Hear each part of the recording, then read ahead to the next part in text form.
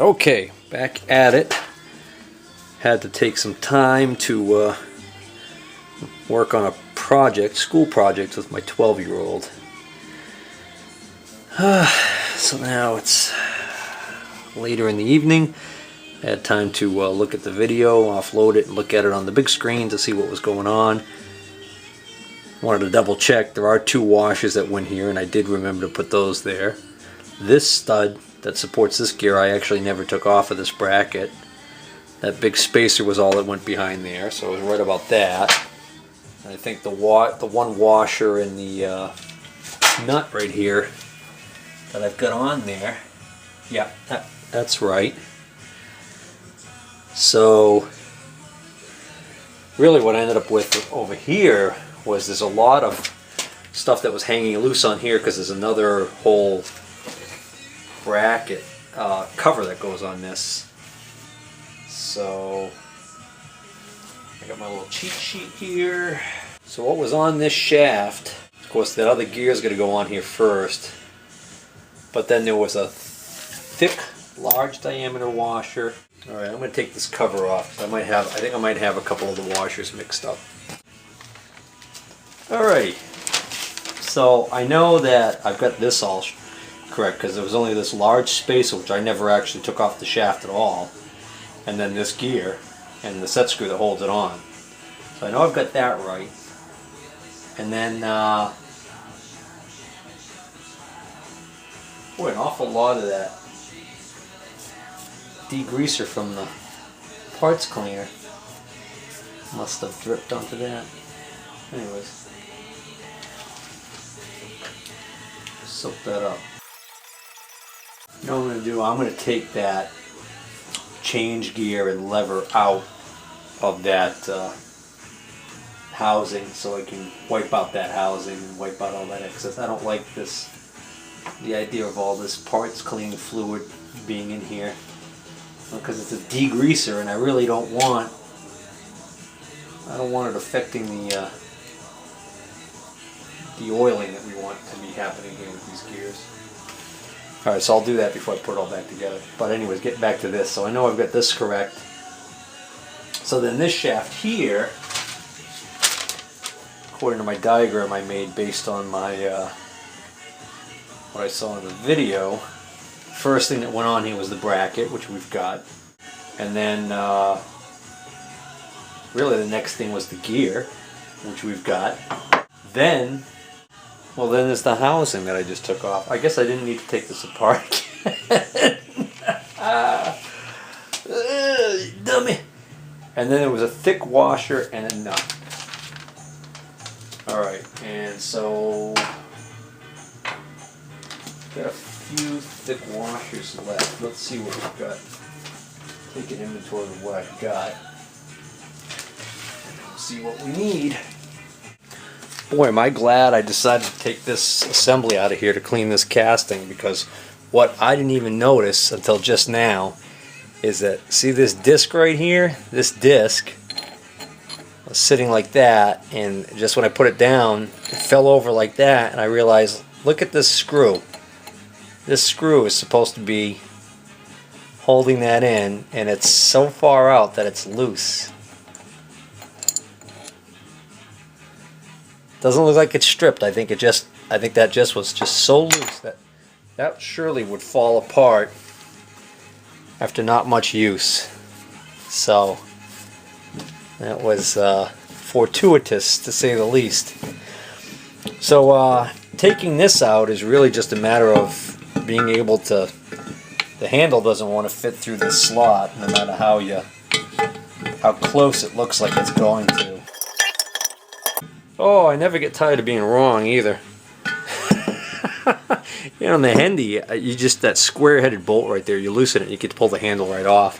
That's what I ended up doing on the Hendy to get the Hendy one out. But this one, I just managed to get it out of there without doing that at all. Alright, so now I can do a couple of things. Yeah, you know what, I'm going to put this right back in the parts washer, I think, because there's a lot of dirt and grease, dirty oil and everything that's in there that I wasn't able to really get to before. because that was in the way. And now with it out, I can, chunks of garbage. Well, I wasn't able to do the research I wanted to yet on that part number on that other gear, but this gear also is marked. This one looks like B. I don't know what that center letter is supposed to be. B something C. If that was a G, again, I'd think Boston Gear Company. And the other thing I said the other night when I was down here was I said, well, maybe they subcontracted, maybe the lathe manufacturer contracted out the the gear manufacturing to Boston Gear Company. Which I don't think that would be that unusual. Then I thought, well, wait a minute now, this is a Norton gearbox. Maybe the whole gearbox was made by somebody else and they just bought the whole gearbox and put it on their lathe. But I think this, after cleaning this up, that kind of answers that question. This is marked clearly with a part number B17A, but then below it, stamped into the casting, is VERNON, Vernon. Now, whether or not this was made by somebody else and then they stamped it with Vernon at the factory when they were putting the lathe together, or before they sent the part out to Vernon, they marked it. So I don't know. That's a mystery that may never be solved because of the limited amount of information out there on this particular lathe manufacturer. And it was really a good idea that I took this apart, because this slot right here, which is another oil channel and is responsible for lubricating this gear riding on here, was completely clogged with garbage. And I think what's going on here is that somebody had decided to forego the periodic oiling of the machine and decided to grease these parts and put it together with grease in it. And the grease, of course, once it attracts dirt, it just turns into a horrible material. And the reason why I really think that is because if you look right here, you can clearly see there's a smear of grease stuck in there. Hopefully I'm on camera this whole time. Right in here. That's grease. So I made a note when I was taking this apart that the lettering on this gear actually was facing out this way, so I know this goes back on this way. So interestingly enough, there's a hole here at the end of this oil galley, and it's not here. Turns out there's a hole right there. So that's an oil point that you have to access through the opening in the casting here. So that's how you oil. That's how you oil this shaft. You squirt oil into that hole, and then it runs into this galley and keeps this oiled. How neat is that? Yeah, that had some garbage in it. Alright, let's see if I can flush that out.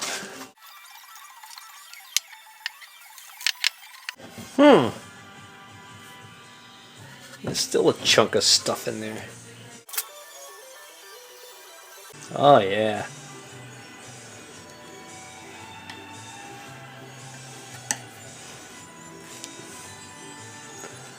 Nice big chunk of disgusting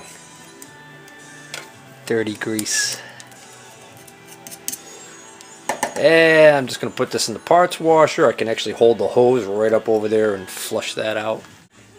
Alright, now that hole in this trough is all cleaned out. So I can go back to oiling this thing the way the manufacturer intended it to be oiled. Alright, so I wonder if they just slathered the grease in there thinking that that would be a better way to do things, or if they didn't realize that this was a oiling hole here. and how this worked. Don't know. Alright, so this just goes on like this. And then this plate will act to retain it in conjunction with the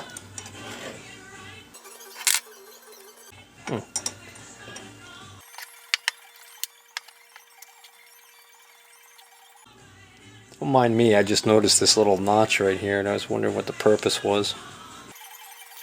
Alright, what I was saying was the gear goes on like this. I know the letters are facing out. This goes on here like that. And then this screw holds this on.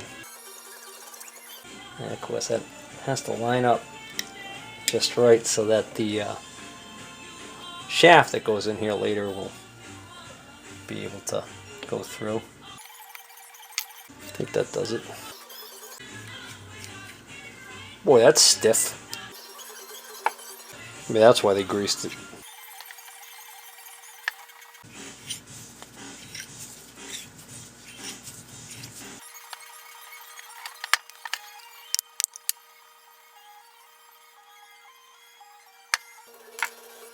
You can actually see the oil coming out over here now. It still seems to not be...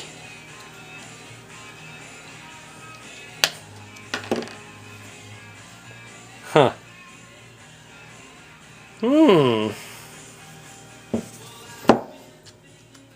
Well, now I know why that was loose.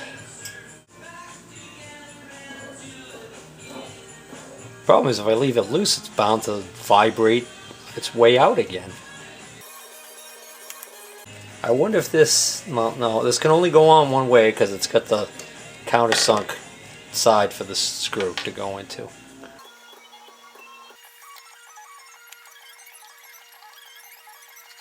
Oh, I see. There's a little bit of a tiny lip apparently on this gear. Nope, that ain't the answer. I thought that was it, but you just tighten it. It's that last little tiny bit of tightening that does it. Alright, if I leave it like that, is it really that screw? Is that screw really going to be... Yeah, that screw's going to fall out. You know, I like my Loctite products. If I leave it like that, that's pretty good. So if I just get to the point where the screw bottoms and stop, right there, then that'll work. So I'm going to have to clean that up and put a little Loctite on there. Now I always say Loctite, but really I use Permatex Thread Locker Blue, which looks eerily similar to Blue Loctite. And they make a Permatex Thread Locker Red too, and just like Loctite Red, it's stronger. And one of my viewers just told me the other day that there is a Loctite green. I was talking about how the blue it holds, but you can break it free with mechanical force. The red holds so strong you have to apply heat to get the parts apart. And he was telling me that apparently there's a green, and I guess you use that on things that you just really don't want to take apart ever, because I guess that's like even stronger than the red. I think that'll be alright. Oh yeah, that's nice. Sweet! Yeah, it's that time of month again, so I put clean socks on this morning, so... These were washed. They come back from the wash and you've got more holes in them, and then I go, oh, you know what, time to retire that pair, but I don't throw them out. Throw them right in the bag that I keep, because these are free rags. you don't have that much cloth in a sock, but even for just wiping off a dipstick, can be handy.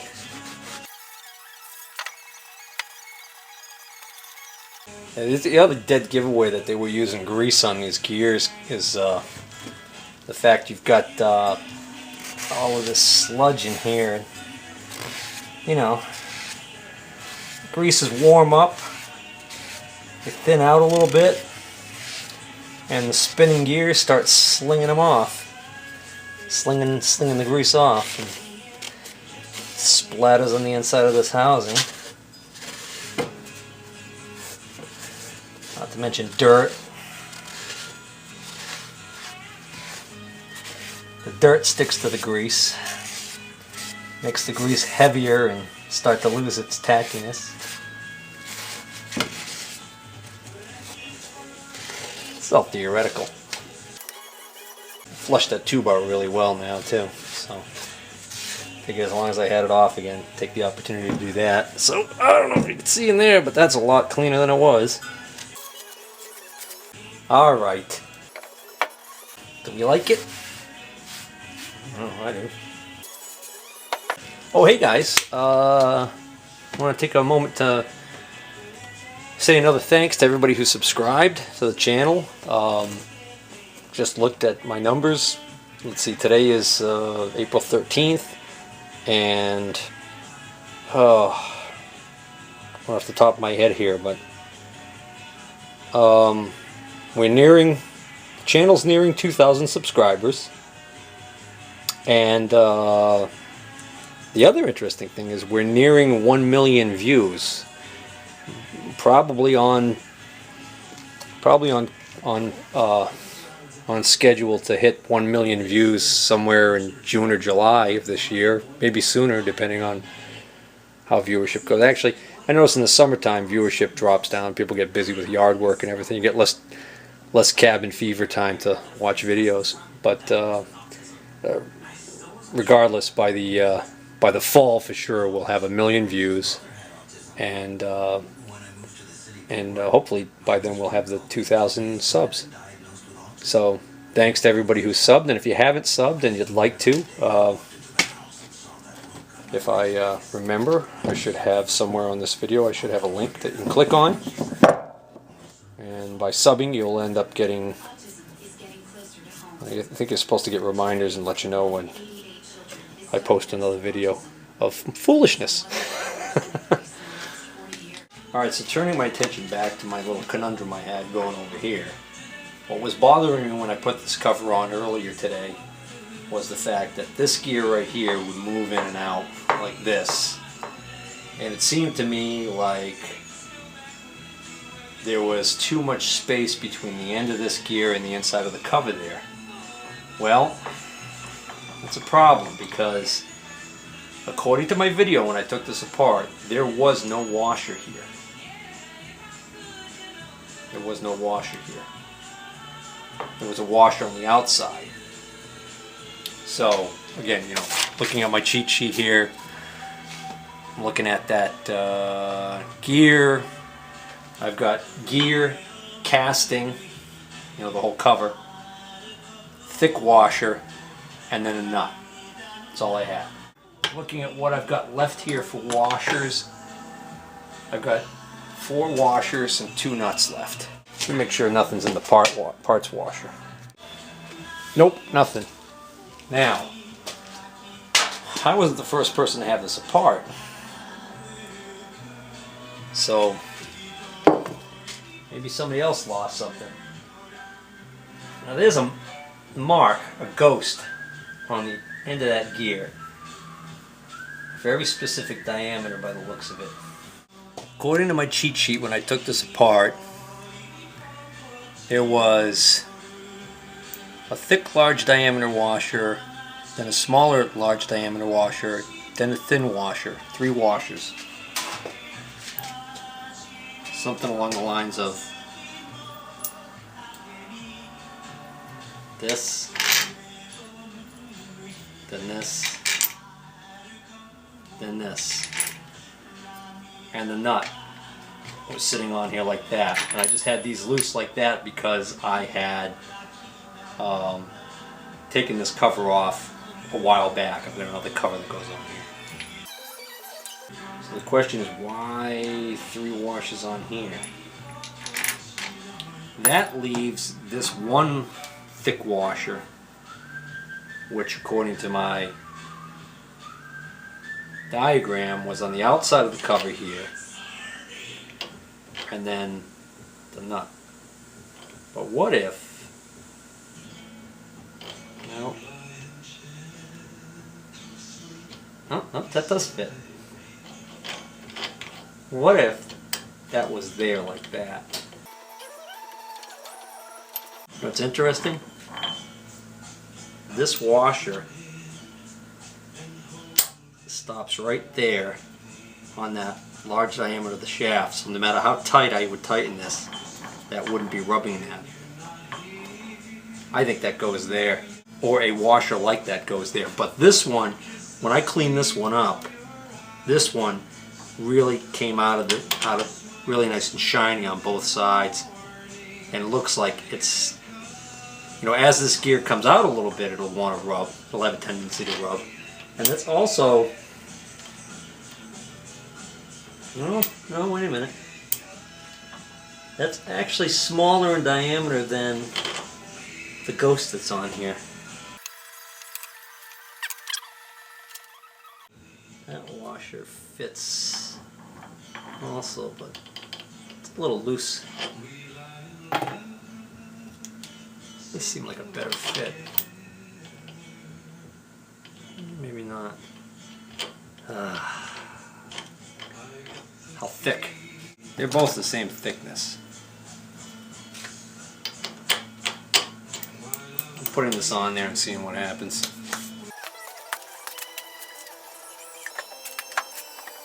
How the hell did that happen? Must have had a rag, one of my rags here that was so contaminated. I must have inadvertently grabbed it and tried to wipe something and transfer it all.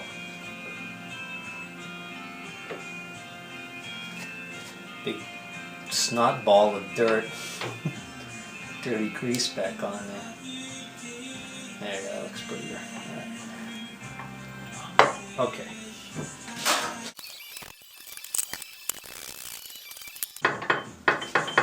Now that gear doesn't slop back and forth. It just barely moves back and forth. It doesn't slop way back and forth like it was. I bet you that's what happened. Somebody had that apart. Probably when they pulled the cover off, maybe that washer slipped off and fell out. And then later when they were cleaning up, put it back together, they got the order wrong. What part that may or may not have played in this tooth getting chipped on the gear here? Maybe nothing. Maybe no part at all.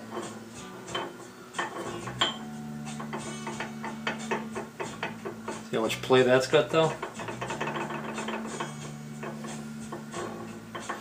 That should be rebushed.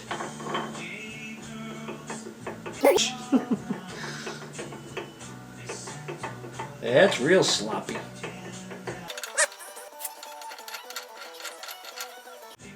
We'll leave that thing for now.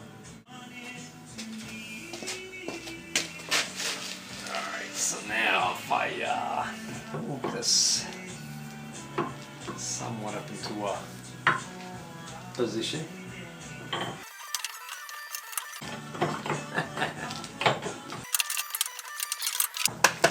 Idiot.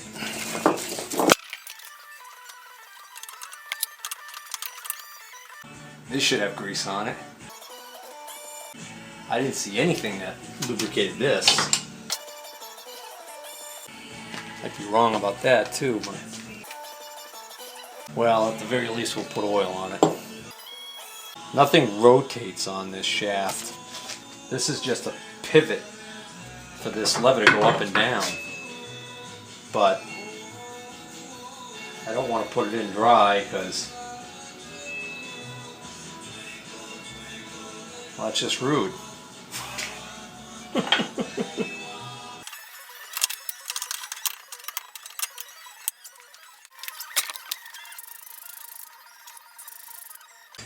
little bit of space right here. So that little bit of play that I saw in there might, uh-oh. Oh, because now this is locked to this gear, which is locked to the whole lead screw. So if I put this down, but that little tiny bit of play right there might go away. But the question is it going to go? Well, no, again, because that washer can't push on that gear by design because of the way the shaft is.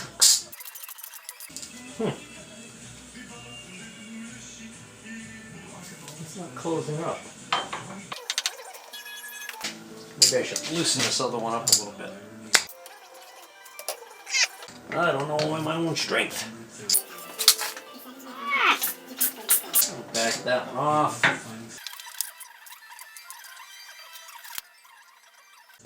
Actually, I don't know what if that's even supposed to close up all the way. There was so much dirt on this thing, I honestly couldn't tell you whether or not there was a space there to begin with or not.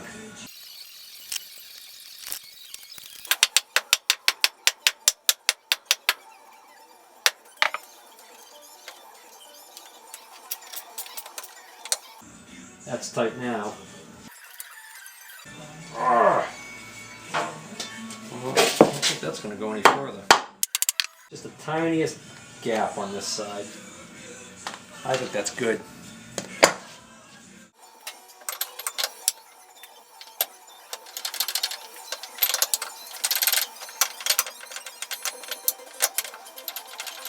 It's working. So that's the 3-speed gearbox there, and of course you got this over here. Now, the other gear I just cleaned up. This gear clearly has a 19 on it to tell me it's 19 teeth. I'm wondering if this is the gear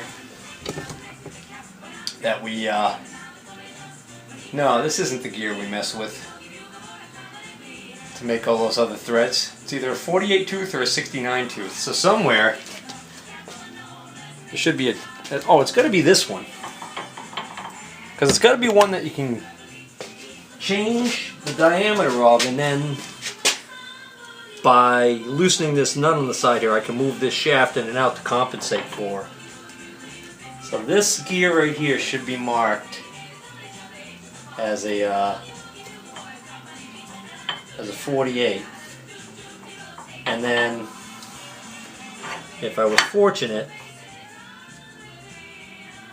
somewhere in all that other stuff that I got with this lathe, there's a 69 tooth. But I mean, well, what are the odds of that, right?